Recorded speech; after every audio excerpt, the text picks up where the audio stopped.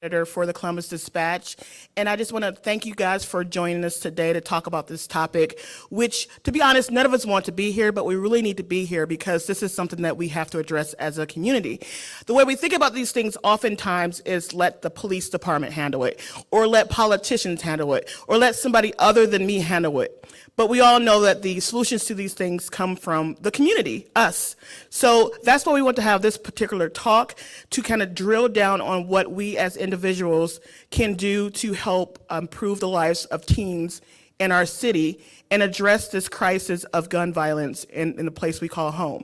So today we're going to have a very good set of panelists come forward to discuss this with you, but we want to involve you as well in the seeking of solutions in the dialogue.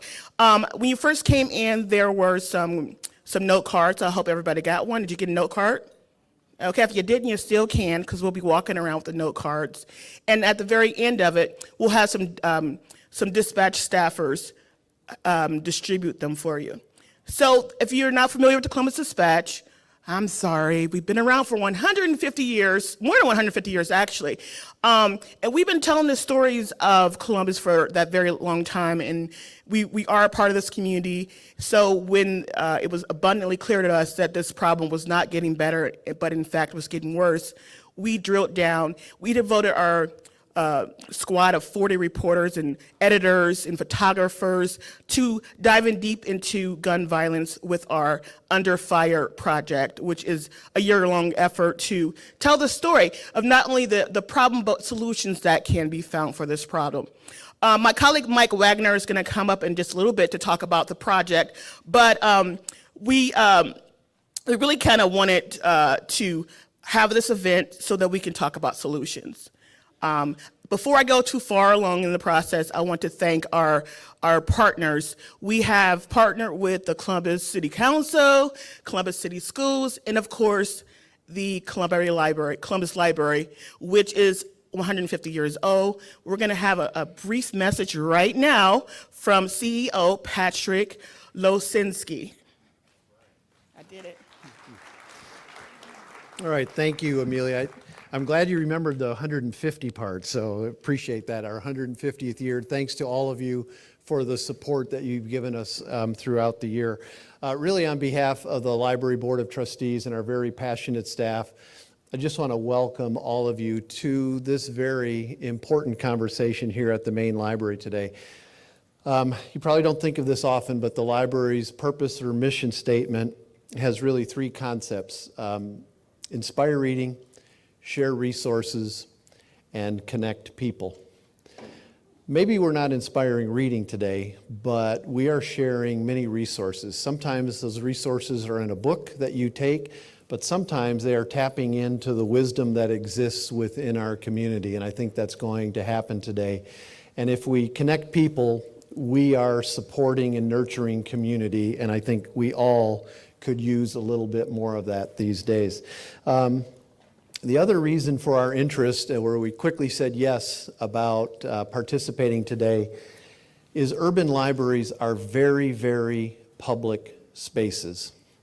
In this very room in April, we hosted a national forum of urban library staff to talk about safety and security and gun violence and what is being experienced all around the country. We had 250 people from throughout North America who were with us for 2 days, and 80 who were on the waiting list.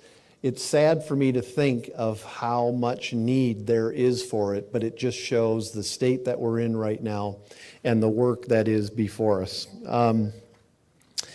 As I tell our employees frequently at 24 locations, without basic safety and security, everything that we do is compromised. And I think we know that not just in libraries, but really throughout our community. So I hope today's conversation leads us to a path of a safer and better community. And I want to thank you on behalf of the Columbus Metropolitan Library for being here at the main library today. To begin with, we are now going to start with an audio clip of... We're actually going to switch up a little bit. We are not going to start with an audio clip. All right, let me turn it back to Amelia. Thank you for being here. Yeah. We are actually going to start with a presentation from Council President Shannon Harding.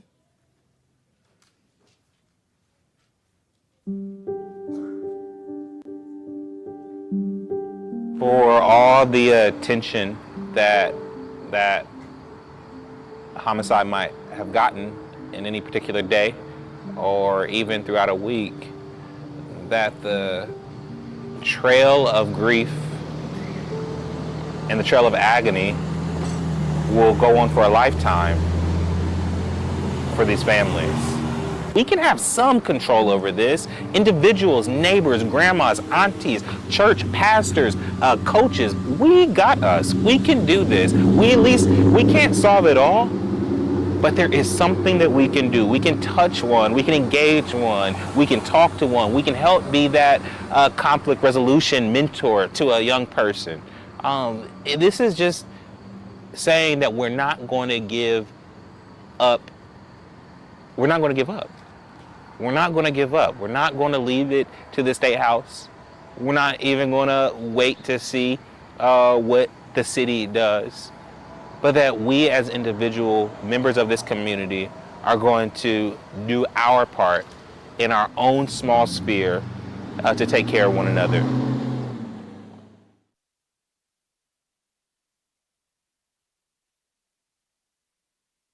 Gun violence has impacted my community by everybody just being scared of guns. Me personally, I'm scared of guns, and I feel like guns should be something that's protecting you, not something that you're scared of. You look on the news and there's somebody getting shot almost every day.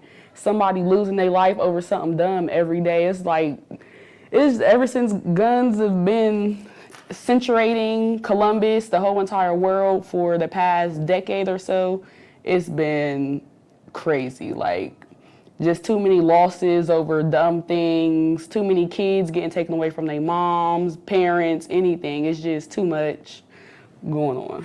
I seen, like, probably a few weeks ago when I was going to my hair appointment that they were doing gun buybacks down on the north side, and there was like cars lined up, and I just feel like you're taking these off the streets, but it's not like people can't go buy more.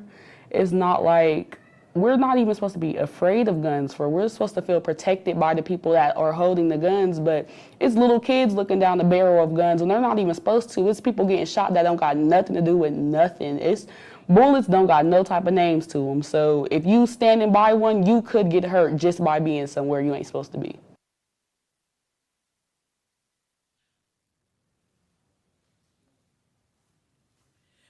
The young lady you just heard is a Columbus Public School student, and we want to bring up right now Superintendent Dr. Angela Chapman, who is going to talk about Columbus City Schools' restorative practices and the trauma that the students have experienced.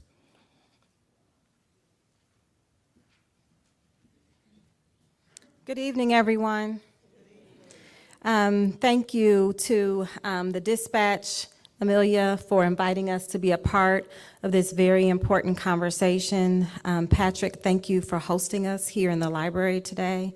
I come to you this evening on behalf of our Board of Education. One of our board members, our C, is here with us, Christina Vera, the students, the staff, and our entire Columbus City Schools community. This topic about gun violence is certainly on the hearts and minds of every educator, every parent in our school district. When trauma and death and violence happens in our communities, we feel it every day in our classrooms, not just for one moment. Oftentimes, we tend to shy away from conversations surrounding teens and gun violence because these are very difficult conversations to have. But they are necessary to face head-on if we wish to improve the lives and safety of our students. Our schools, our classrooms, are microcosms of our community. Again, when tragedy or trauma happens in our neighborhoods, our students certainly bring it to school with them. This occurs daily in classrooms throughout our district and throughout our country, which makes it a national social concern. With that backdrop, it is imperative for us to take a holistic approach to solving these issues together collectively. Violence, and particularly gun violence, affects the entire makeup of the child. Their physical and mental well-being, how they perform, how they show up, if they show up in school, how they interact with others. Basically, every aspect of our students is impacted. And as educators, we aim to empower our students and give them the tools that they need to succeed, not just on the state standards or the state assessment, but academically as well, but also in life. I think about the African proverb, if you want to go fast, go alone, but if you want to go far, go together. As adults, community members, and parents, it is our job to do the most we possibly can to protect and invest in our most precious citizens. As our young scholars grow, they are looking at us, me, you, and everyone here, to come together and support their dreams and their aspirations. Investing in the safety and well-being of our students and community is a collective action. We must act together to inspire and change our communities. This is the purpose of our restorative practices program within the district. Our vision with our restorative practices work is that within the next 5 years, CCS will become a trusted district of restorative leaders and practitioners through investing in this powerful practice, embracing our values, and fostering relationships. The goal is to ensure that we develop healthy, inclusive, and safe learning environments for all. Through restorative practices, students lead efforts to shape a positive school culture, enhancing social and emotional awareness while fostering accountability. Our students are being trained to lead student-to-student-led restorative practices in schools. Second-year students will mentor their peers, ensuring a smooth transition.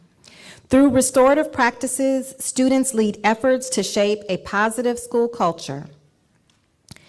This initiative is crucial in fostering a safer environment in light of the increased gun violence in our communities. Our schools have begun holding regular morning meetings throughout the incorporation of community circles as a proactive relationship building tool. We have 4 schools embarking on the year 2 pilot of their student-led restorative practices journey, with more than 180 employees and nearly 90 students trained in student-led restorative practices. And I have to give a shout out to our student-led restorative practices facilitator, AJ, I see in the back. Thank you for being here. The adults in our buildings in CCS are also heavily involved in restorative practices. You see, this work is certainly being done is being used as a strategy for our students to empower their voices, to give them the tools that they need to build relationships, solve conflicts, no matter where they are. Whether they're in the classroom, they're on the playground, they're at the movie theater, they're at the mall, they're downstairs in the library. These are skills that are transferable not only for students, but also for the adults. And as a part of this work, we are also beginning to train community members through partnerships with faith-based leaders and district partners.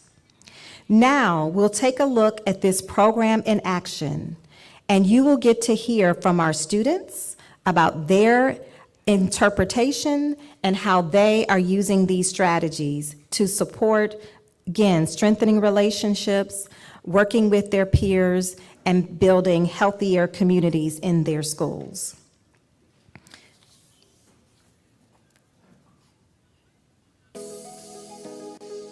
In the library at Walnut Ridge High School, a group of students are getting to know each other. They call themselves the Swarm. Every time we're coming, we're gonna swarm you with this embrace of like positive knowledge. We're gonna swarm you with just love. The conversation ranges from light topics such as what is their favorite food to more intimate questions like what emotions are they feeling today and do you feel like your voice is heard amongst peers. Students are leading the way through student-led restorative practices with the purpose of improving the culture and climate in schools and growing connections while enhancing communication. I think that that's very invaluable to promoting a healthy school culture, because having it so that the students can resolve their own conflicts can be much more fulfilling than just having a teacher tell you how to do something. Hunter Praze is participating in his first restorative circle, one of 3 key strategies that creates a healthy and equitable space for students to communicate and connect with one another. The idea behind restorative practices is that we're constantly looking for how can we have the response to whatever behavior we experience be one that calls people into a sense of community. Columbus City Schools is in year 2 of the pilot program. With help and guidance from restorative practice coach A.J. Crapel, students at Walnut Ridge, Briggs, Beechcroft, and Mifflin High School are learning how to facilitate conversations which can lead to better relationships and communication between peers and teachers in the building. Student-led restorative practices focuses on 3 categories of circles. Community-led circles, a proactive circle that leads to connection and community building. Mediation circles, a restorative conversation used for conflict resolution.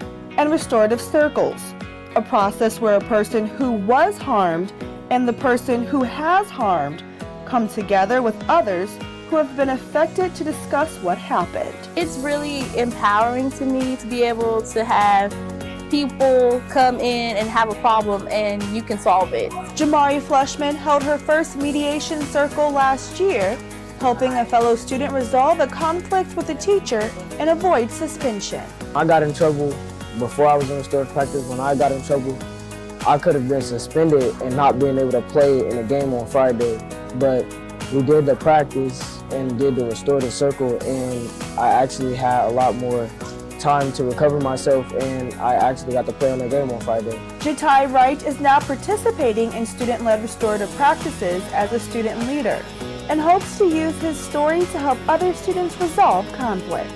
A lot of kids, I don't really see them get in a lot of trouble that much no more.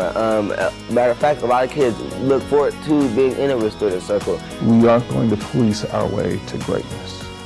We're either going to invest in the capacity of our students and give them the tools they need in their toolbox to really be great on their own terms, or we are deluding ourselves that the culture and climate is ever meaningfully going to change, that we will temporarily suspend children into submission, but we won't educate them into their own greatness.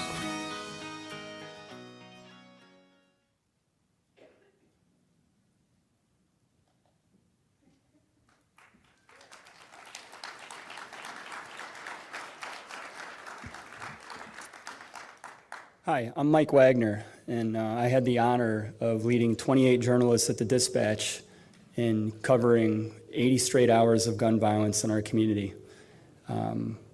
As Amelia said, we've been writing about gun violence throughout the year, but we asked ourselves a simple question. What is it really like? What does it look like? What does it feel like? How bad is it? And we felt the only way to really tell folks what it's like out there is to get out with people on the front lines. And that's what we did for 80 straight hours. It took a lot of planning. We embedded ourselves with police. We were in the courts. We were in funeral homes with folks who were shot and killed before the 80 hours. We were in therapy sessions. We couldn't get into Cy Grant Hospital, but the Ohio Health folks were great in making available trauma surgeons, nurses, doctors who got done with grueling shifts and told us what was happening inside. We all have a lot of moments, but the one that will stick with me forever is I interviewed the chaplain after an all-night shift, and he recalled a case he had where a mother had both of her daughters randomly struck. Bullets flew into their apartment. They were innocent victims. Both were fighting for their life. She was holding one, and the other one was being transported to Children's Hospital. And she had to make the horrible decision of which daughter to stay with. And it chokes me up to this day. And she did lose her daughter at Grant, and her other daughter survived. But these are the things that these folks deal with every day. And one thing we learned in deploying for the 80 hours is that gun violence doesn't stop. This was considered a slow weekend. There was a storm this is from July 20th through the morning of the 23rd. And so the storms typically sort of calm gun violence. But despite that, there were 207 reports of gun violence. There were 10 people shot. A 20-year-old was shot and killed after running an errand for his mom. A 13-year-old was shot at a pool party. A 7-year-old accidentally shot herself with her parents' gun. It didn't stop. There were 50 guns confiscated over the 80 hours. There were nearly 50 people in the courts who were either charged with new gun-related crimes or were dealing with old cases. It just exhausts the police, exhausts the folks in the courts, the hospitals, and it doesn't stop. So we're going to watch a video. Issa Jelani was a 15-year-old playing soccer in the Hilltop when some cars rolled up related to gangs, looking for one of his teammates. An argument ensued, and Issa was shot and killed.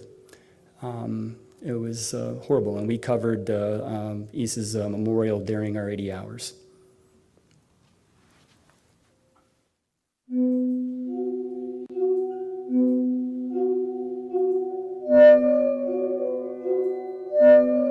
Today we gather to remember Issa. Can you be the ambassador of peace, ambassador of love?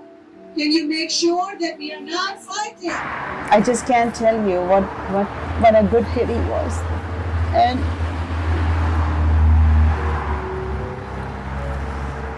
I never thought that I will be doing any of this in Issa's name.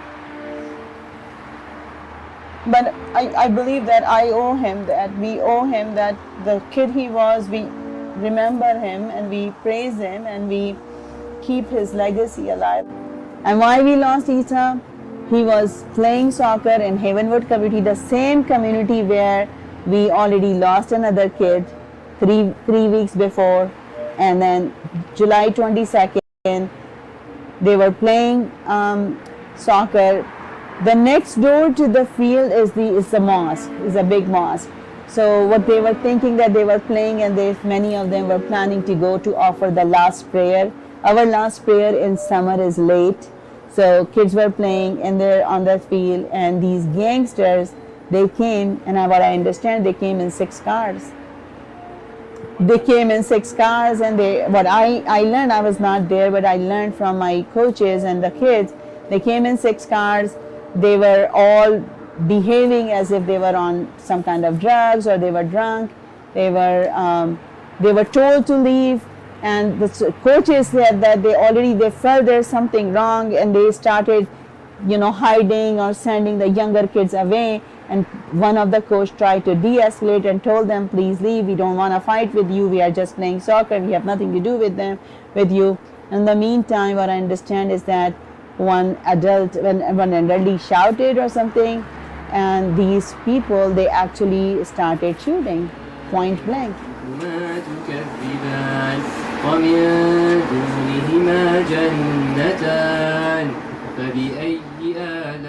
I wanted to make sure that we tell the world that we just didn't lose some kid. He was not a number. He was not a number on Hilltop. He was not a number we lost a very bright man. We lost it was a loss of our whole community.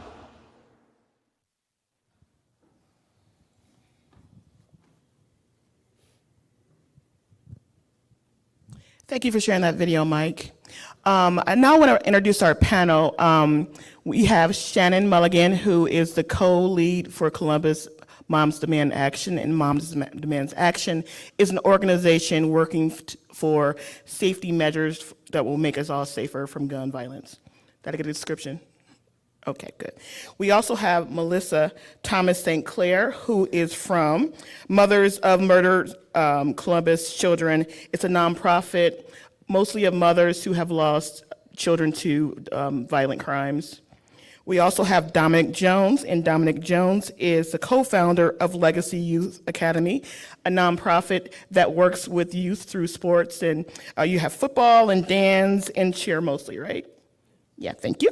And we also have some young leaders from Columbus Urban League with us today. We have Taylin Hurt, and she is with the Urban League's Readiness Training University. And we have Kalia Watkins, who is also with the Columbus Urban League. So thank you all for joining us on stage today. Yeah. So we all think we know what the reality of gun violence is, but from your perspective, what is the reality? And we'll start with you, Melissa. Thank you for having me. I'm also a 26-year veteran educator with Columbus City Schools. I work at Champion Middle School. I've only been in 2 schools, which is Champion Clinton. In those 26 years, I can't count how many students I've lost to violent crimes. My son was murdered 2013. He was stabbed in his heart. Most of the violence we're seeing is gun violence, but I don't want to be remiss to say that there are all types of violence. Families are being decimated. Communities are becoming ghost towns. Villages are lost. And the sad reality is our youth are becoming normalized to the violence. So violence is now the loud noise, even though it's the minority of what's really happening in our communities. The greater good is really taking place, but because the violence is so disruptive, because of the youth that it's affecting, being the perpetrator or the offender is speaking louder than the good. What do you say to that, Taylin?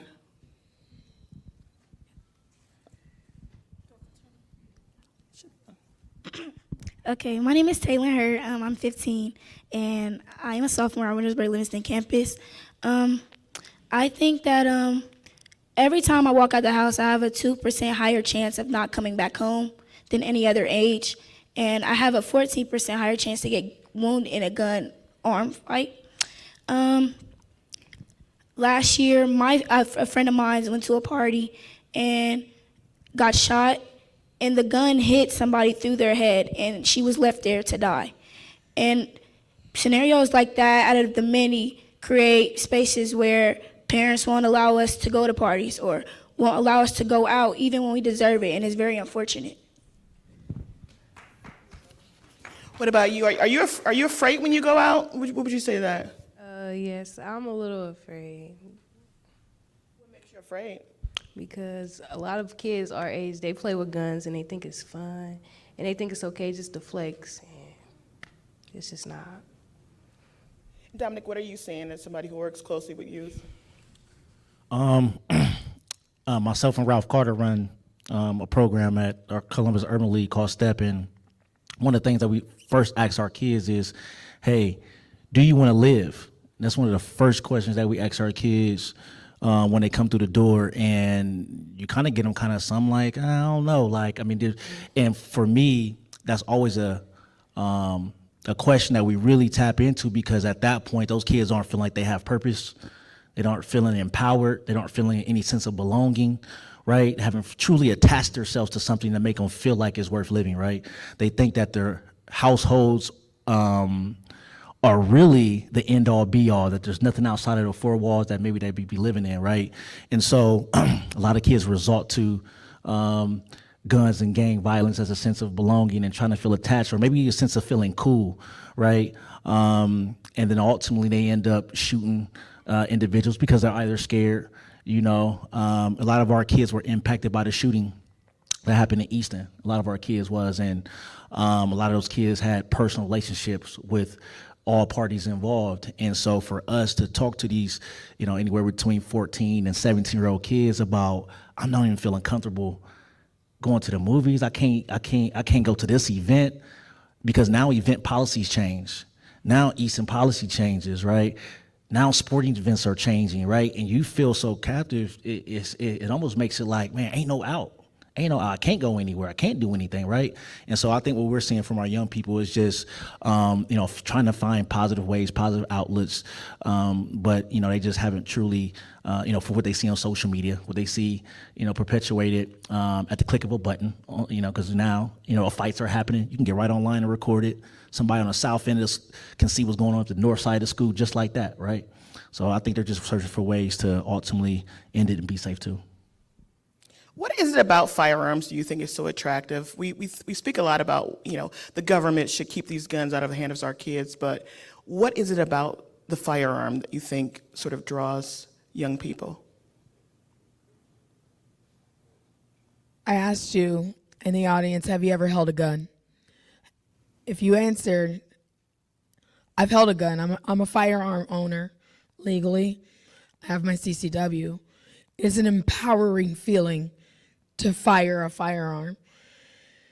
I'm being trained, our children are not. When those children fire a firearm and feel that sense of empowerment, we have to understand empowerment is a drug. Feeling protected from what is going to get you and feeling that sense of like superhero-ness, it's an addictive feeling. What would you say to that? Well, first, thanks for having us. I appreciate everybody here. And I'd just like to compliment the young ladies up here on the panel. This is not an easy thing to do. So I commend you both. I would say, yes, I completely agree with Melissa. It is an empowering thing. I own a gun. It is very empowering to feel. To me, it saddens me to hear how normalized it has become, and we at Moms Demand Action really work hard to fight against that normalization, and we want to normalize the conversation around secure storage. These kids, a lot of them are getting these guns because an adult did not secure it safely, and we're really working hard to try to normalize that conversation.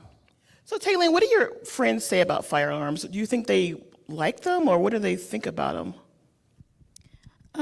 Well, personally, I feel like it's a whole social media thing.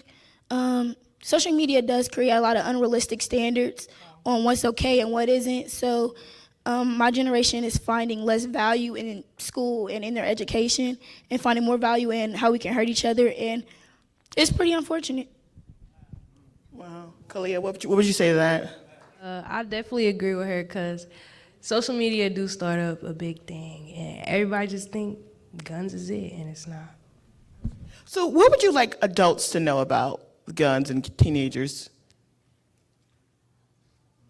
I mean, we talk to you all the time. We think we know what you think and how you should act, but what do you want us to know?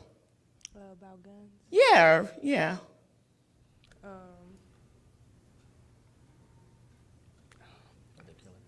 Yeah, they definitely are killing people. I put you on the spot. I'm sorry. That's my way. What do you say? What do you want us to know? I think that a lot of parents don't know that just a simple "I love you" or "I'm proud of you," it does change a lot. When you don't get the love from home, you really do tend to turn to social media like, well, I'm gonna get it here. So it's just a simple "I love you" or "You're doing amazing," and it's okay to not be okay. Just telling your kids or telling somebody younger than you that they will be fine or they got this, it does change a lot. So I just think it starts at home. Yeah.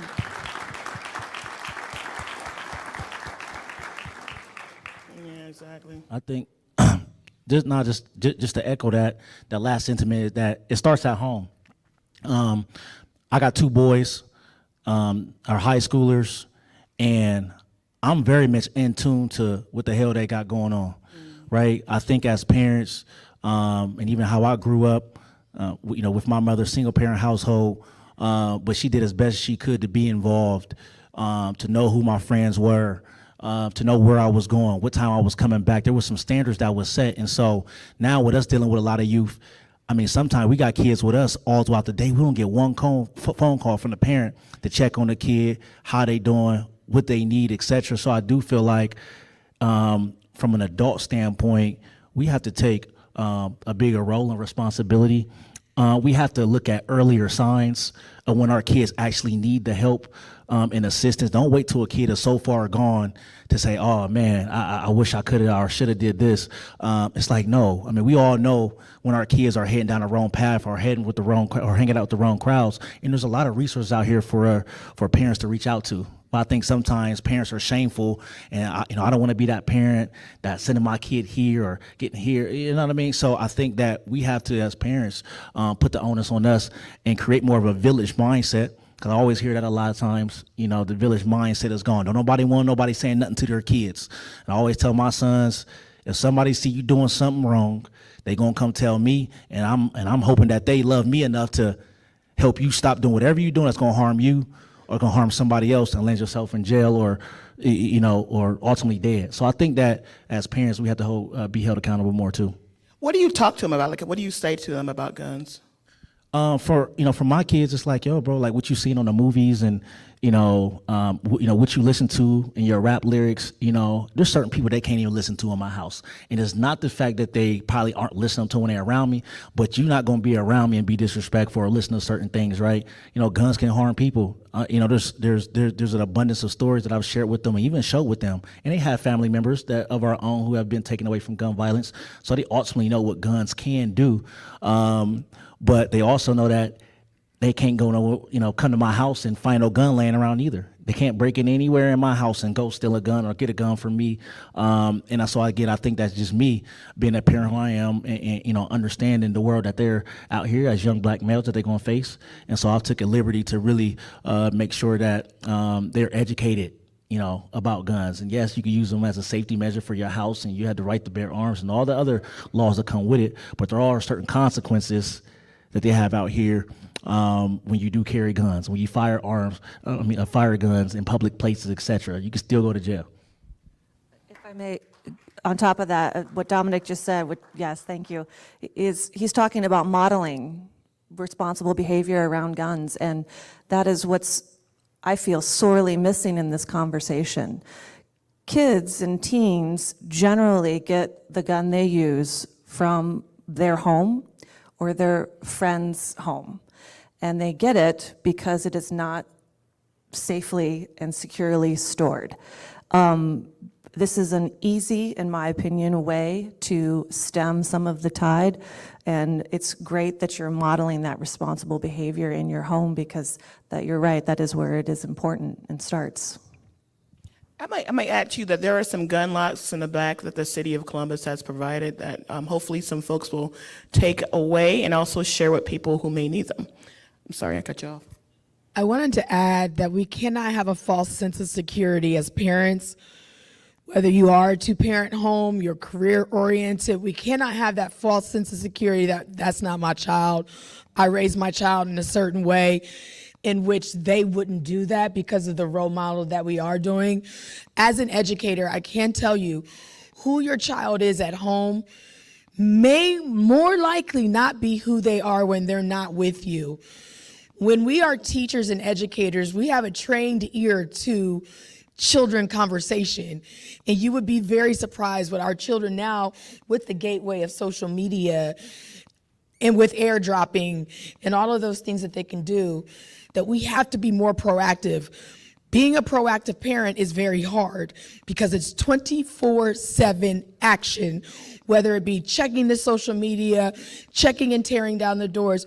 We as Mothers of Murdered Columbus Children use our pain to tell you, I'd much rather you do that 24/7 action, going in their rooms, calling their friends, if they're 17, call their friends' parents. Do not think that because they're 17, they have this freedom. I'd rather you do that than be sitting in my position memorializing your child. And to that point, Melissa, you helped me with some women from your organization who had lost children. What can you tell us from a person who has lost a child to kind of make people think about this more deeply? If you ever lay your head on your child's chest and you no longer hear a heartbeat, like I had to, like my mothers who you see here, when we have our last moment with our children and they are no longer ever going to be able to say, I love you, to her point, please do the work.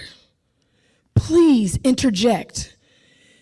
It is the most painful feeling to bury your child. I have multiple mothers who have buried 2 children. I have one here today. I have a mother just lost her child in April, here today. I have a mother here right now who doesn't know her child's killer, here today. Talk to them. I've got parents here. I've got a mother here on the 1 year of her vigil. The vigil was shot up and somebody else was murdered because of that vigil, here today. Use us. Tap into us, because we wear this orange and we wear this camel so you won't have to.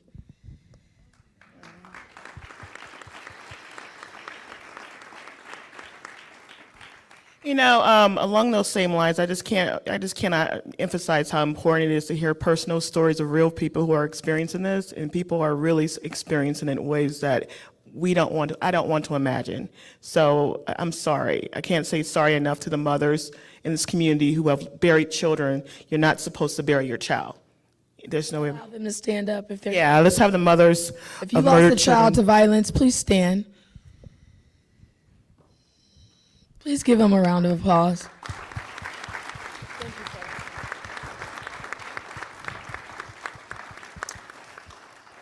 So as far as solutions that we as a community come up, what's the one thing that you want people to do? You want to go first, Shannon? Sure do. Okay. So again, Moms Demand Action, we're the largest gun violence prevention movement here in the country. There's over 10 million of us.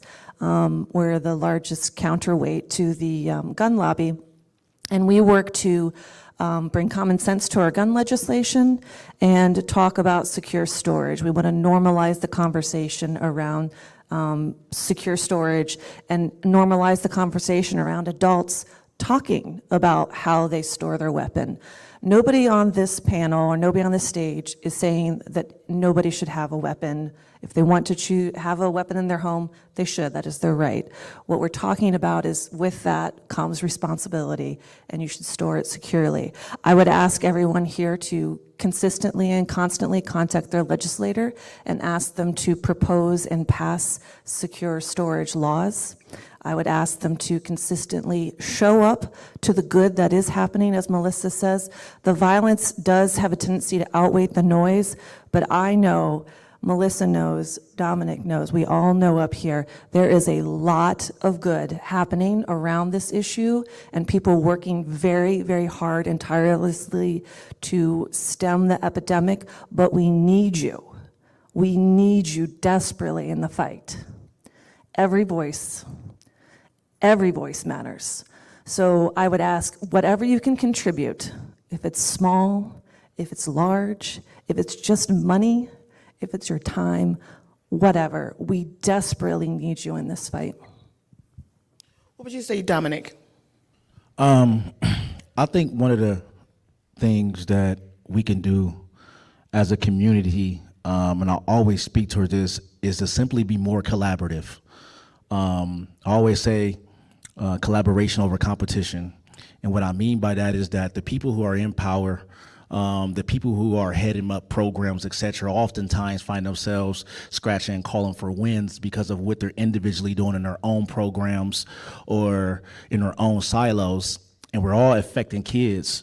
But until we decide that, regardless of what side of town you're on, from a program leader standpoint, regardless of what branch of government that you are a part of, regardless of school district or what side of town that you're on, that we're going to collectively come together. We don't care who gets to win. We don't care who gets to stand up in front of the crowd or the person who gets to stand at the podium and say the numbers and how we impacted lives. We just got to be willing to say, I was a part of the team, and I'm glad, even if my name didn't get called, I was a piece of that. I was a part of that, right? We have to stop creating barriers because there's enough of those already out there.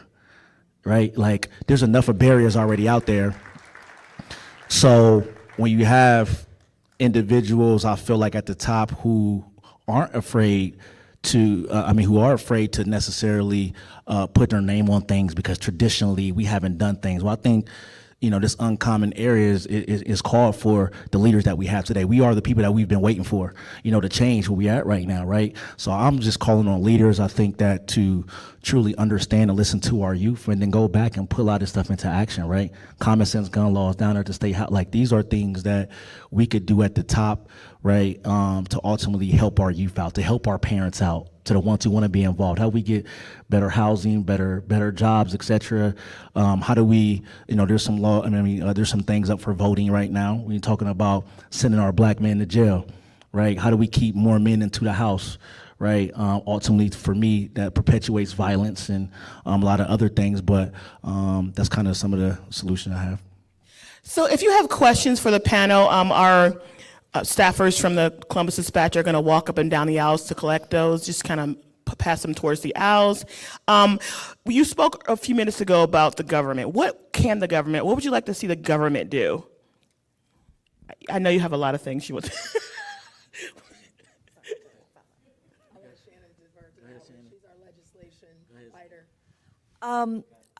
I want them to recognize the epidemic that their extremist ways has caused. A lot of what is happening in our state when it comes to gun violence is because we have some of the loosest gun laws in the country. And it is extremism at our state house that started long ago, and unfortunately, they took over. And they do not see the connection between what they're doing and the damage it is causing on our community. They just don't see it. So I would say continue to legislate and advocate for yourself, but more importantly, please register to vote and then vote.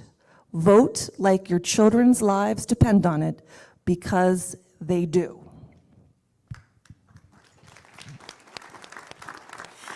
And Taylin and Clea, what would you like to see adults do? I would like to see adults get more involved with the community and their kids, honestly. I think, like I said before, I just think you just got to be more involved in their life, just a simple conversation. And I'm telling y'all, a simple "I love you" will change a lot.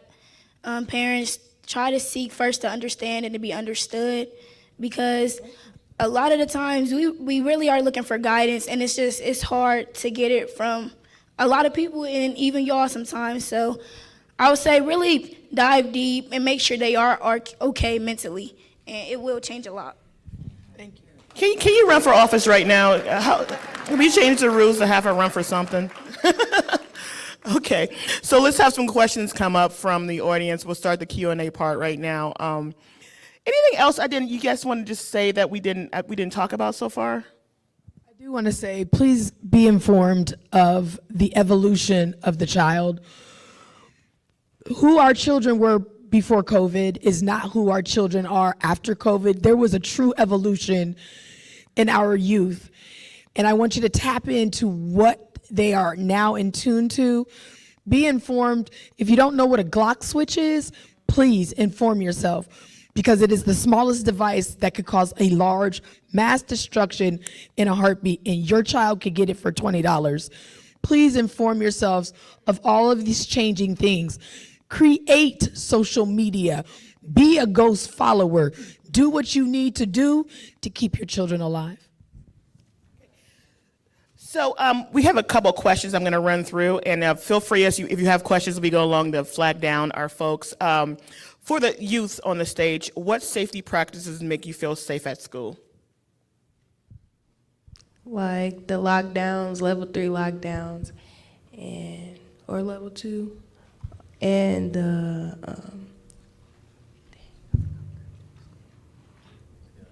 just basically when we go over the drills to help us, it helps us feel. How about you? What makes you feel safe? My honest opinion, well, at least for my school, I know that a lot of our shooters are actually students. So I think when we switch up practices, it makes me feel safe because most of them are students, so they know our next move. They know where we'll be hiding, and they'll know where we'll be. I like when they immediately reach out to our parents and let them know what's happening. Because I'll call my mom myself. So. So this is a question about the news media, but it's an interesting question. So I'm interested to hear what you guys have to say. How could the news media do more to show how these children are getting access to guns? Like, and you know, ultimately, what do you want the news media to do to tell the story? I think they need to change the narrative around, I think the news media says if it bleeds, it leads. And I think that they've fallen into this trap of showing too much of the violence and not showing some of the good that is happening and the people that are working in this issue and pushing back up against it. I'd like to see that more. Anybody else got any ideas of what we should be doing as media? I agree with her. More positivity that that could be showing. I mean, you can't really turn on the news, without seeing violence this or violence that. So it almost just, obviously keeps stirring and keeps it at the top of mind. But there's a lot of organizations in our city that are doing phenomenal work, to prevent this, and not enough kids getting that type of attention. So I would agree. There are a couple questions about that I think get to the point of how do people start conversations in their neighborhoods? How do they propel their organizations forward? As people who have organizations that are doing great things in our community, what advice could you give? It only takes one person to start a coalition. When we started this August 20th of 2020, a 2-year-old was murdered by his 14-year-old uncle because of an unlocked firearm. That 14-year-old uncle happened to be one of our students. It became so personal, not only that my son is a Columbus City graduate and all of the students that have passed before him, but it was something about this story because it was when we were at our most unrest with law enforcement, when we were all downtown, and it was us against them. And I was a mother who was saying, nah, it's us against us. So just takes one person. We stood on Mount Vernon with a picture of my son with some chips that were donated and just held up signs. It doesn't have to be flamboyant. It just has to be from your heart. And I would say, and Melissa and her group, and I'm sure Dominic will agree, you need to be consistent. Keep showing up and show up consistently. And your movement will grow. Our movement was started by a mom at her kitchen table in Indiana, and here we are 10 years and 10 million people later. Just keep showing up and do it consistently. And it's another question. This is actually a question about mental health and its connection with gun violence. How would you suggest the community address mental health and the connections with gun violence? It brings back up to post-COVID and who we are post-COVID. I think that when we sat unconnected to all resources, you either had your own self to deal with even the smallest of issues that may have been manifested or subsided inside of you. But mental health is the #1 topic we should be tackling, especially in Black men. And our Black men typically don't reach out. And we need more Black men to speak out on behalf of other Black men to reach out and say it's okay to get help, especially for our youth. Yeah. No, I echo those sentiments. As an individual who thought about taking my own life, at some point, right? And just the mental health side of what I didn't know then, what I know now.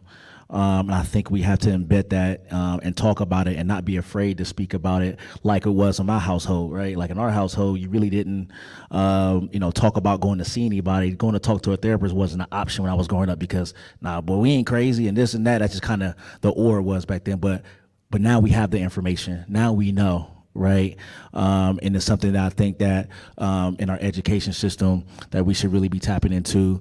We've even talked about in our own community programs that our kids have suffered so much trauma when things are going on, when things happen. Okay, well now we got to take a day just to bring our mental health professionals in.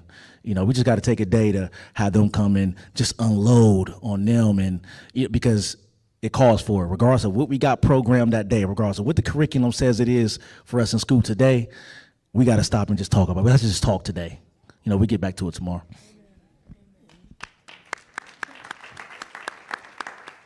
So what can individuals do around conflict resolution and mediation? Have you taken the mediation restoration courses? No? Okay, so I think that's probably a question for the superintendent. I can say, as an educator for Columbus City Schools, though, restorative practices work. If you do it consistently and you do it, kids know heart. And they know when you're coming at them authentically. And they will gravitate to whatever you throw at them if you do it authentically. I am a fan of restorative practices because of relationship building. That is my art. That is what God gave me to do. And I encourage all of you to, wherever you work, invest in learning about restorative practices. Your entire adult or youth will change if you do it effectively.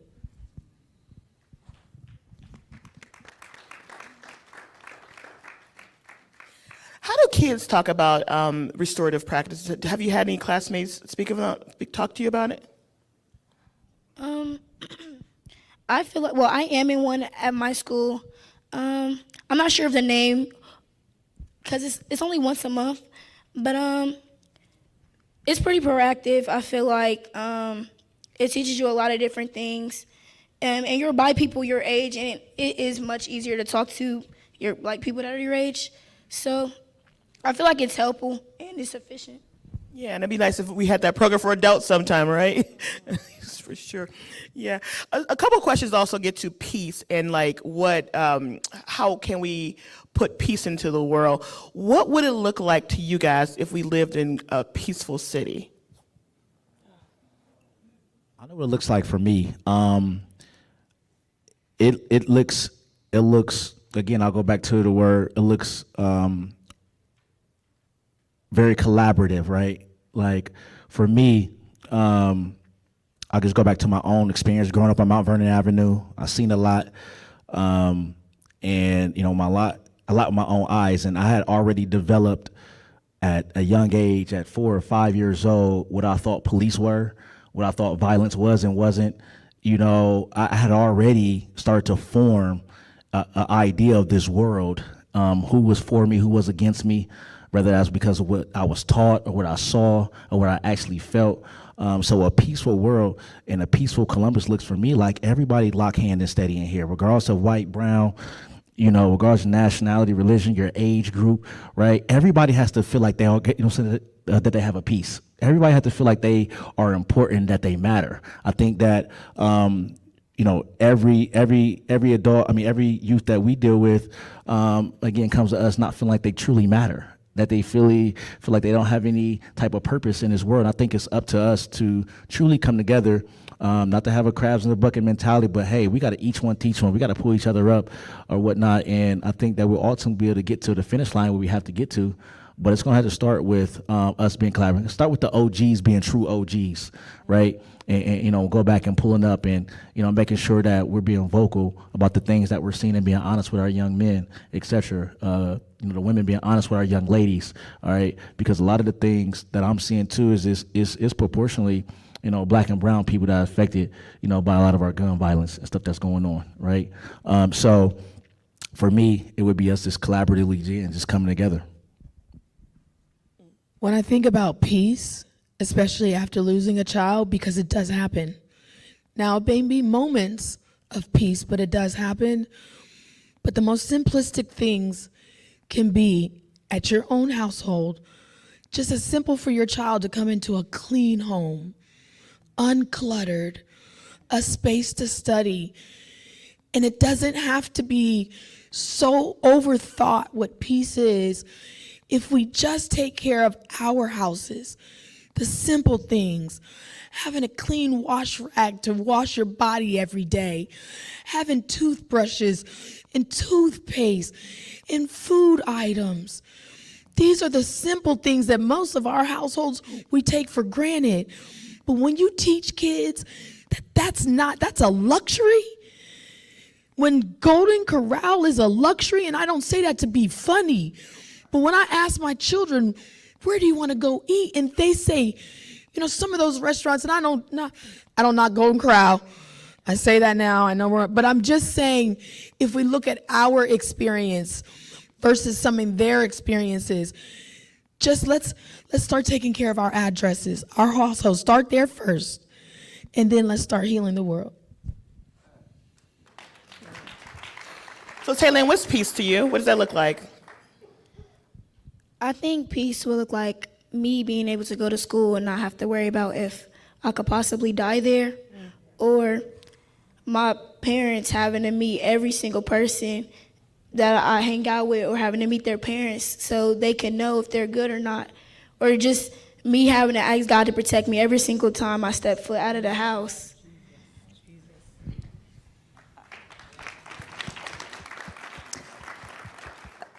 Taylin's right. As everybody was speaking, I was thinking what I would say, and I immediately thought of it would be freedom from this fear. Freedom for Taylin, freedom for these mothers who have lost children from that grief and that pain. It would be freedom. We sing about freedom in our national anthem, but I assure you folks, we are not free in a lot of ways. And we are not free from this epidemic of gun violence. And if it hasn't touched you yet, I'm here to tell you it will. We are becoming a nation of survivors. 120 people a day die from gun violence. Over 400 are injured.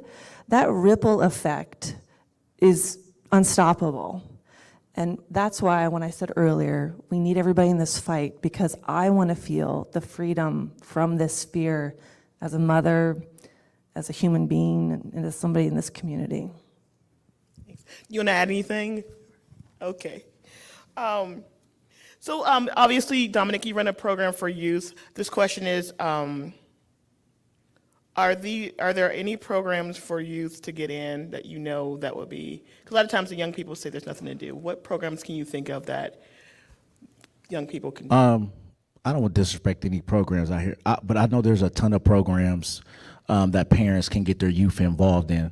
I think a lot of times when our mayor and our city council, and they're putting a ton of money on the streets for programs, for enrichment programs, and I think for me what has to happen is a lot of the kids aren't signing themselves up for these programs. You know what I mean? So the parents have to truly take the initiative to seek the programs out, to actually take time to sign their kids up for these, particular programs. And so, but there are a ton of resources out there all across our city. Again, I can name, 10 different organizations that are doing dope things, enrichment programming during school, after school, summertime, etc. But sometimes I think the kids who ultimately need to be in these programs don't find themselves there because they don't have anyone guiding them there. Some specific ones I want to highlight. Boys and Girls Club has an after-school program that runs to 7 p.m. all the way up until June, $10 total. Boys and Girls Club. Columbus Parks and Rec right now is registering for their youth basketball program. 10 and over is $65. 10 and under is $35. All throughout, there's AAU that happens, and I know that can be expensive, but there's scholarship opportunities. Your after-school All-Stars program, APS program. Columbus Public Health has a program, it's 10 weeks, that's called Guns Down program. Tap into your city. Just go to columbuscity.gov and type in a search and it'll come up. Most of our city entities has free or nearly free to offer you. If you need any support, you can hit me up or hit my organization Leads up, and we'll guide you to the right programs that you need. There's a lot of things happening, what I would call very neighborhood-based, right? There's a lot of, like Dominic said, there's lots of things happening all over the city. There are groups, I'll guarantee you, in your neighborhood doing the work. They're doing the mentorship, they're doing the guidance, and a lot of them are completely free because it's somebody in the community that stepped up, saw a need, and started showing up for the kids. So look around your neighborhood. There's going to be several. And so for young, I'm sorry, go ahead. No, one thing I want to add to that is that a lot of the kids that come through our door too, they're at some point they were involved in extracurricular activities, whether it be a sport or a club or etc. I feel like that's just extremely important to get your kids attached to something extracurricular wise, after school programming wise. We run the largest youth sports organization with about 2,400 kids involved, but they're literally at practice from 6 to 8 p.m. Monday through Thursday. You know what I mean? So those are times they could be on the streets, they could be anything, but they're there from June to all the way to November. So can you guys talk about the programs you're in with the Urban League a little bit? Okay, so I'm a part of WRTU, which is Work Readiness Training University. It's a whole bunch of African American kids, male and female, and they come and basically they teach us about work readiness. Basically, so we're not naive to the subject. They teach us how to come dressed. You can't wear shorts to work. You can't wear sandals to work. They teach us how to speak. I'm also a part of another organization called Aaron Pink, where it's a little bit more about your identity. They have a She's Go program that I started in sixth grade, and I am now a sophomore. It's for Black females, and they teach you like your hair is beautiful, your chocolate skin is beautiful, and I moved up to be an Epping ambassador, where you're with it's male and female, and they teach you about friendships, they teach you about relationships, and you just learn a lot all together, and it is proficient at the end.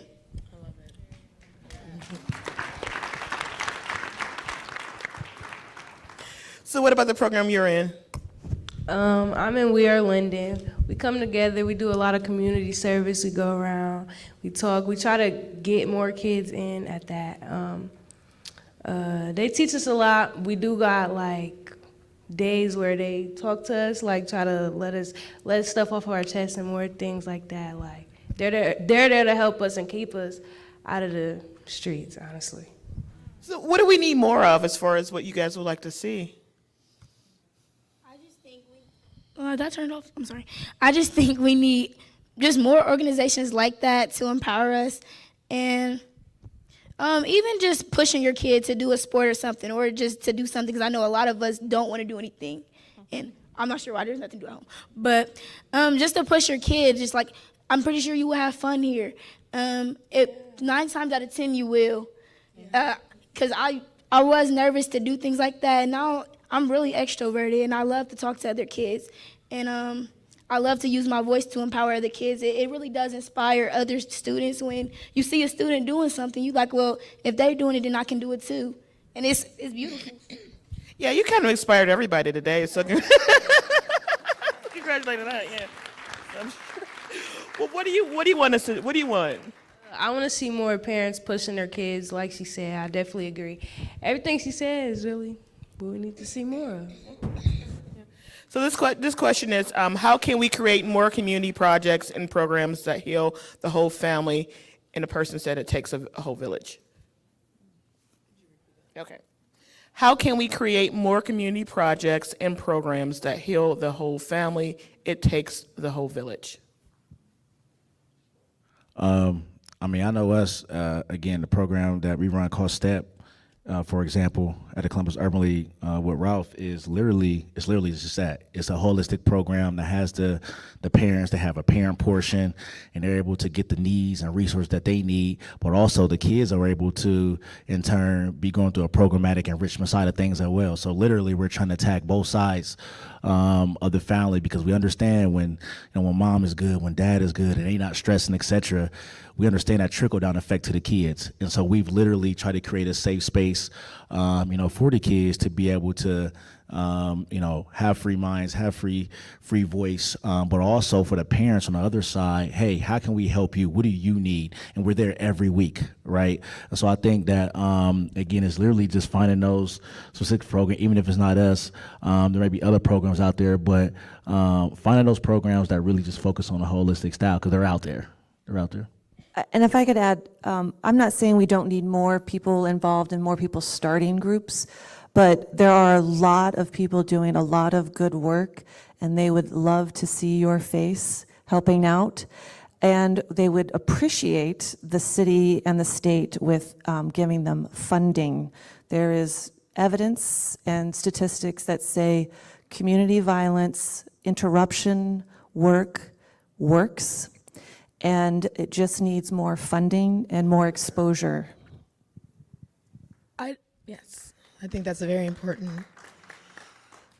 In this work, and as a dual role of a mother who has lost a child to violence, as well as a Columbus City educator, there are gaps between families in the school districts, not just Columbus City. I've learned that so many of our parents who are being murdered, their children are being raised by grandparents. There's a gap there. And so I would love for more conversation with our Board of Education and the families affected by violence to have intimate conversations that are closed to just them and the BOEs around, so that they can hear in a safe space where those gaps are and how those families can help them fill it. Okay, this person says there are many of us doing the same work. How do you propose we overcome the politics of many of these organizations who block collaborations? It was actually, I think it was for you, Dominic, in particular, but I don't know. I think it literally, we have to be open, be honest and upfront. We have to not be afraid to pick up the phone. And I think we have to, we have to call people out. From where I'm from, I'm not afraid to call, have a conversation with the individual that's across town. I think, again, we've gotten into a space where it's like, I want to be the person or the champion, I want to be crowned as the individual who brought you violence to a halt. I want that to be my name. I want that to be my program, etc. And the truth of the matter is, regardless if you got a program, we all can't affect all the kids here. So we need more of us, right? We need more of us. We need our school districts, to be honest, right? I know a lot of families, I think like 94% of my families that I deal with are CCS kids. I'm not sure we have I'm not sure my kindergartners and my first and second grader families, I'm not sure, what's the relationship like with their administrators, right? But I know that we're both affecting the same kids. I know we're offering services maybe that they don't particularly don't, but we're touching the same kids, right? But I think that until we start holding each other accountable, which is tough and which is hard, but we got to hold each other accountable, the people who are running these programs, to fully come to the forefront.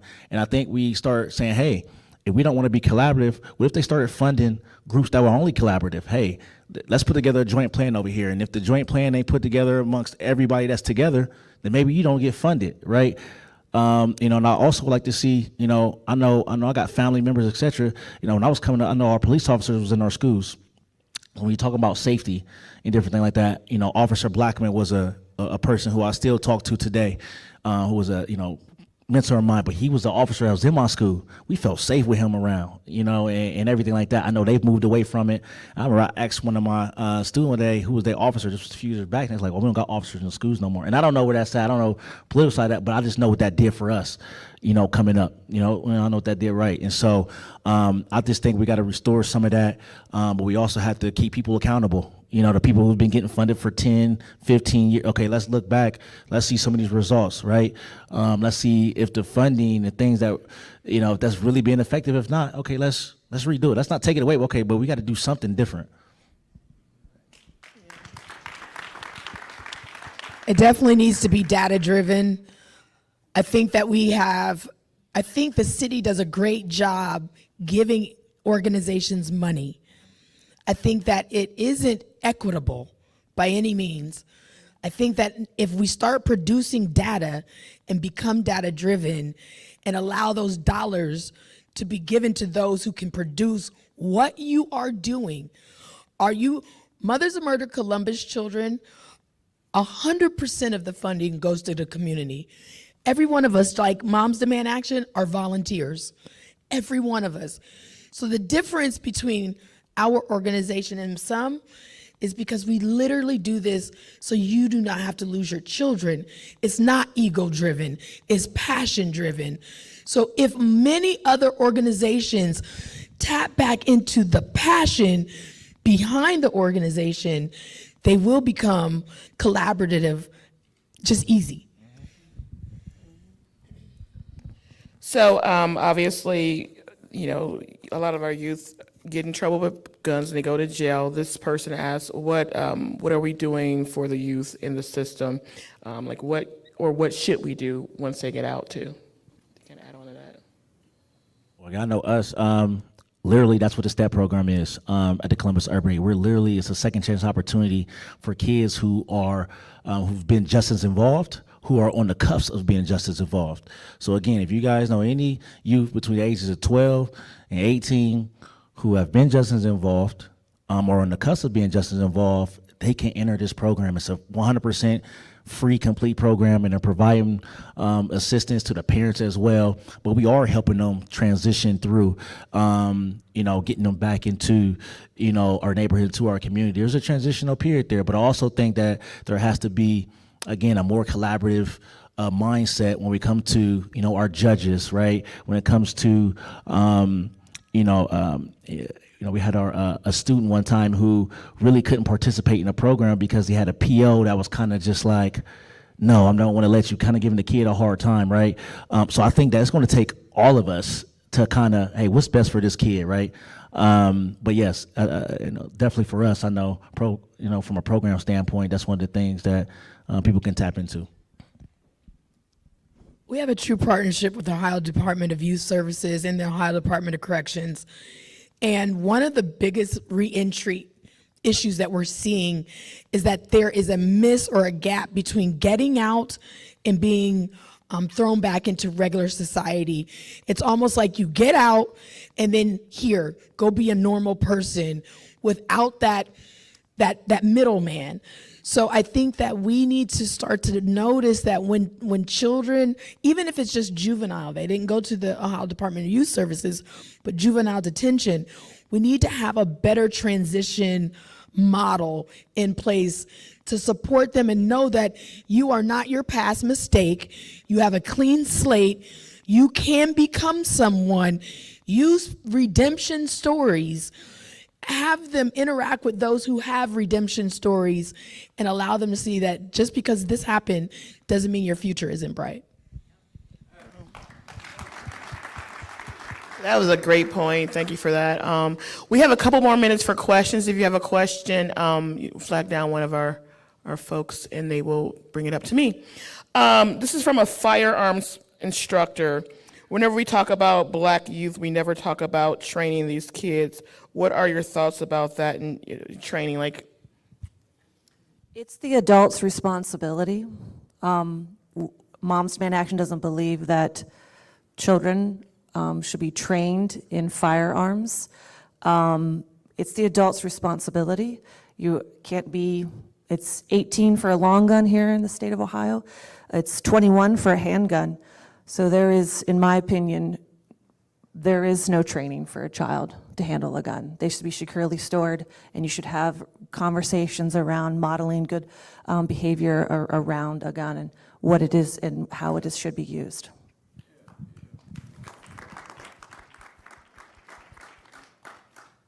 Counter that just a little bit. And I only say this because in my own training from my instructor, the more you understand the destruction the weapon and firearm can have, the more respect you'll have. Now, am I saying go take your child to a gun range? That is your personal preference. But I do think there's a sense of some type of learning and curriculum that children can take, just like sex education. Would you say in 7th grade, like we had sex education, it was to inform, to make better decisions, not to inform, to be able to utilize. So if we can inform them to make wiser decisions, to lessen the violence, I think there's a dichotomy there that you can fit some training in there and some education so that they make better decisions when they're faced with having a firearm in their hand. Very interesting kind of take on it too, because a lot of people do go to you shouldn't have to be around a gun. So that was interesting take. Okay, this person wants to know where can I go to give my money in time?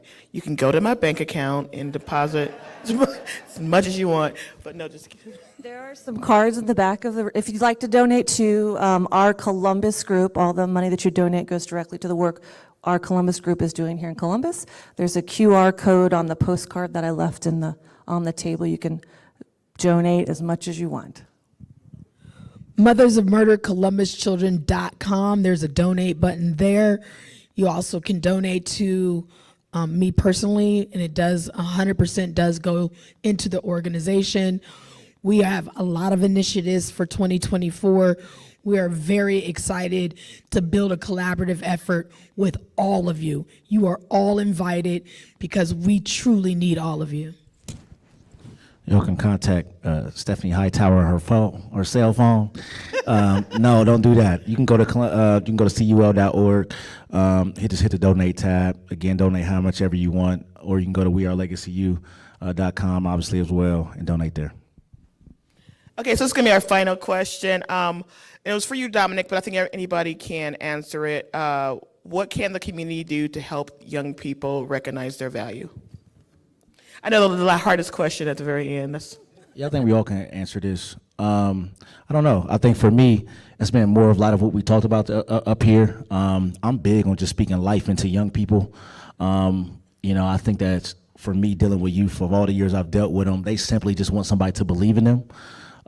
They want somebody that truly loves them for them and who they are. I think they deal with enough identity issues, maybe in their own households, etc. So when you come to me, whoever you are and what you are, I'm just trying to pour into what that is. I'm trying to dive deep into, I don't need anything from you.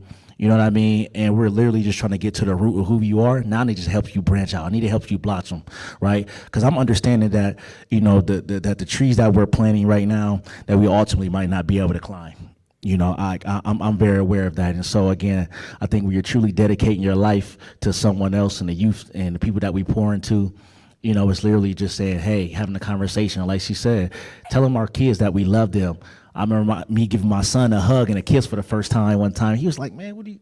But it was like, nah, like you my son, right? But just that male affection was different for him and it was different for me. I had to learn it because I didn't have it, but I know my son needed it, right? So I think that us, again, just pouring into them, and figuring out what it is that who they are is a huge part. You want to go? I was just going to say the belief gap is real. Allowing your children to know that whatever they put their hearts to, if they want to be an artist and the first thing that they paint is just absolutely not art in your mind, make them believe it's the best thing that they've ever created in life. When your child wants to give up because it didn't happen automatically, do not allow them to give up. Sometimes we have to continue to force our children to remain in the zone until it clicks. As a coach, that first time you put that ball in their hand, they don't know how to dribble, but you keep practicing. And then you see the crossover, and then you see behind the back. And when they see that hard work pays off because you didn't allow them to quit, you'll see the fruits of your labor manifest.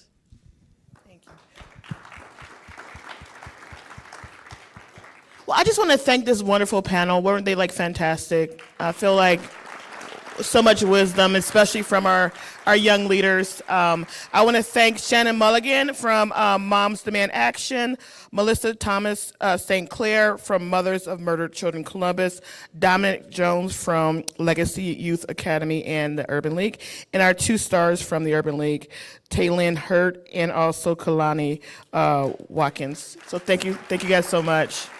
Okay.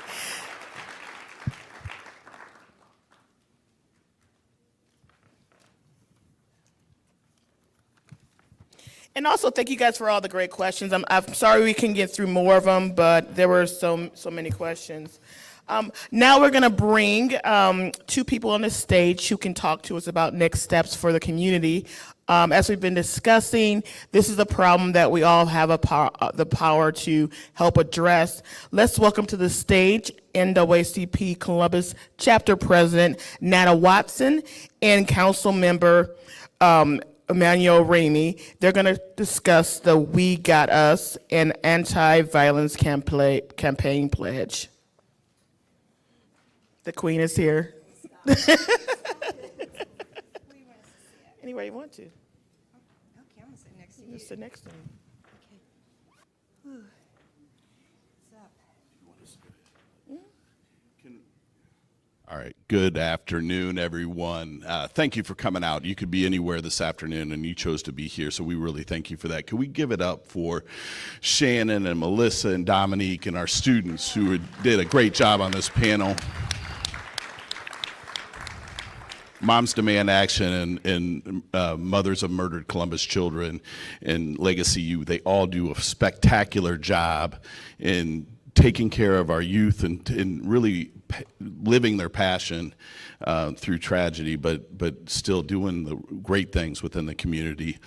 We're here to bring a call to action to everyone that's here today.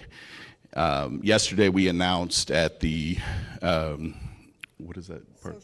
The Social Justice Park at Cleveland and High Street, or Cleveland and Broad Street, about this program called We Got Us. And this is a call to action. So if everyone would pull out their phones right now. I don't have to pull mine out, right? No, we took the pledge already, but I'm going to ask you to go to wegotuscbus.org. That's .com. wegotuscbus.com. And while you're doing that, I want to acknowledge that my colleague, Councilmember Brown's here. I see Senator Herschel Craig here. Councilmember Nick Bankson was here just a little bit ago. All of these people are doing a great job in activating our community and making sure that we all stack hands to make a difference. So there are 5 pillars to this commitment that we're asking every community member to take. Yesterday, Dr. Chapman was there with a couple of students, Fana and Aaliyah. And then today, I spoke to a bunch of Columbus City Schools students and asked them to take the pledge. It starts with our youth taking this pledge, but there are 5 pillars.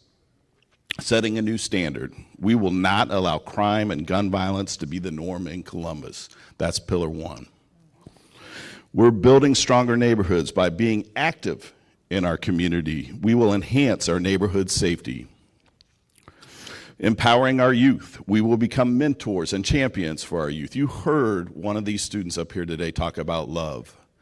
And it's okay to stop somebody on the street and say, you are loved, we do care, and we want to be there for you. What can we do for you? Each and every one of you can do that. Responsible gun ownership. This city council has already passed legislation in the city of Columbus that we will lock up our guns and secure lock boxes and secure our homes to protect us and our children. If you need a gun lock, they're in the back. If you don't get it today, there is one at every single fire station in the city of Columbus. And Columbus Public Health has lock boxes. And then finally, enriching opportunities. We pledge to share enriching summer and after-school programs with young people. This website is going to grow. In fact, every single organization that we fund for youth programming, this year it was $20 million over the summer, will be on this website. So you can be informed and understand where this money is going and how you can get involved and activate. I am so proud to be sitting here with my president, President Nana Watson of the Columbus chapter of the NAACP, who has been the driving force behind this program. And so I'm going to turn it over to her and have a few words. Thank you, my councilman. And I bring you greetings from the oldest and boldest civil rights organization in America, your NAACP. I don't have any council people, but I know I get NAACP members in the house. If you could just shout, yes. Yes.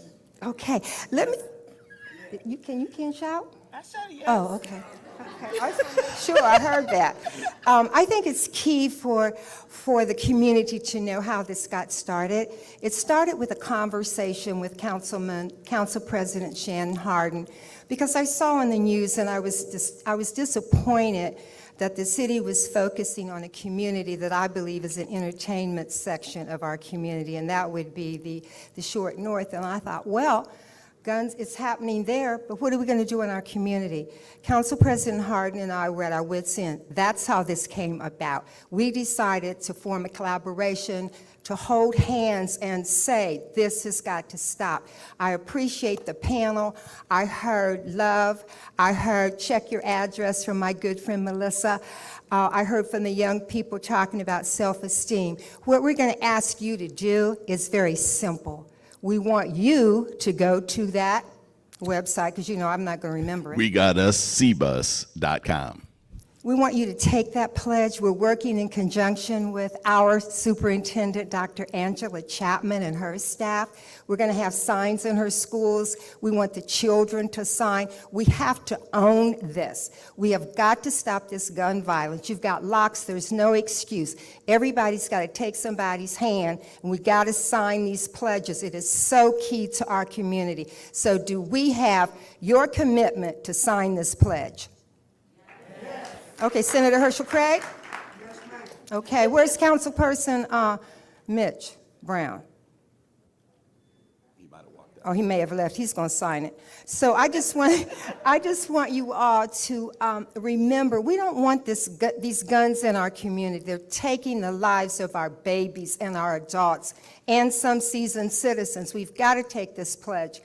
And the NAACP is so excited to be a part of this, and we're going to drive it with the help of Dr. Chapman and her staff. So we're appreciative of you attending this event. We've got cards out there. And Rima, you know everybody doesn't have a phone, and you know how I feel about electronic things. So it's because I'm challenged in that area. But we've got these cards. We want you to take one. Sign that pledge now. We have some tokens out there in the hallway, I think. What's out there? Well, of course, we got the gun locks, so we brought to make sure that people knew those. I mean, to reiterate some of the things that have been said and need to be said, these are our streets. And make no mistake about it. Last night we had a call in that the Office of Violence Reduction, and thank you for your testimony last night, because it was impactful and powerful of the whole night. And we appreciate you. We appreciate everything that you guys do. But certainly we had about 9 of some of our most violent offenders, gang members, group leaders, whatever we want to call it. And we told them last night that we're here to support them. We're here for them to change their lives. But if they choose not to, we will round up every member that's associated with them when they commit a crime, and we will go after them at the fullest extent, with the fullest extent of the law, because these are our streets. They are no one else. So by you stacking hands with all of us, we're making a commitment that whether you're a faith leader, a community leader, an area commission leader, a parent, a student, it does not matter. We need you to commit to our streets and make sure that we got us, because enough is enough. And we don't need to be having more meetings. We need to actually be out on the streets and make a difference. Well, Amy, I think you've said it all. You're always trying to overtalk me. Hadn't he said it all? He did say it all. Who hasn't signed the pledge? You need to sign it right now with Raise those. your hand. Take those phones out. Do not. Well, if you need assistance, she's got. You see Jennifer back there. Jennifer Walton's back there. She will help take care of this. But if you leave out of here and don't sign that pledge, shame on you. We need everyone. It's a commitment, and we need everyone to do that. So, Amelia, thank you so much for your moderation today. It's been great, and the dispatch is, putting this all together. No, thank you, guys. Thank you, President Watson, and thank you, Councilman Rainey. I have one more thing. I know. Oh, you got one more thing? Okay, go ahead. I got one more thing. This is a family project. It's going to be in the churches. The faith-based leaders have signed on. The school has signed on. I see my friend Scott Varner, Franklin County Children's Services. I know you're going to sign on. Raise your hand so they don't know who you are. I see Franklin County Prosecutor, my friend back there. I know you're going to have them sign down there, because I know you don't want to be sentencing people. Well, That's a really good point. You signed on, make sure your significant other signs on, make sure your children sign on, make sure that everybody signs on, because again, it's going to take us all to make a difference. And we appreciate it. It's our program, it's our community, and it's up to us to stop it. And Dr. Chapman, thank you for your words of inspiration when you talk about your scholars in Columbus City School, and we're glad to partner with you. Thank you so very much. And to you, my friend, thank you. And I'm done. Thank you. All right. Well, you're never done, honey, so don't even. So thank you, seriously, thank you guys for coming out. It's been an evening where a lot of emotions, but it's for our community, and the work is well worth it to save our city, save our kids, save our adults, save everybody. I want to thank our many people who helped put this on from the Columbus Public City Schools. I keep saying public always. The National Association for the Advancement of Color People. I want to thank the staff of the Columbus Dispatch, who is working very hard to cover these very challenging and very sad stories. I want to thank Mom Demand Actions, Mothers of Murdered Children in Columbus. I want to thank the Columbus Metropolitan Library, and also City Council for all their tremendous help. So thank you so much. CTV, and also CTV, I'm sorry, and CTV did put the most work in. So let's give it up for CTV first, and then everybody else second. I want everybody to have a great night. Thanks for coming.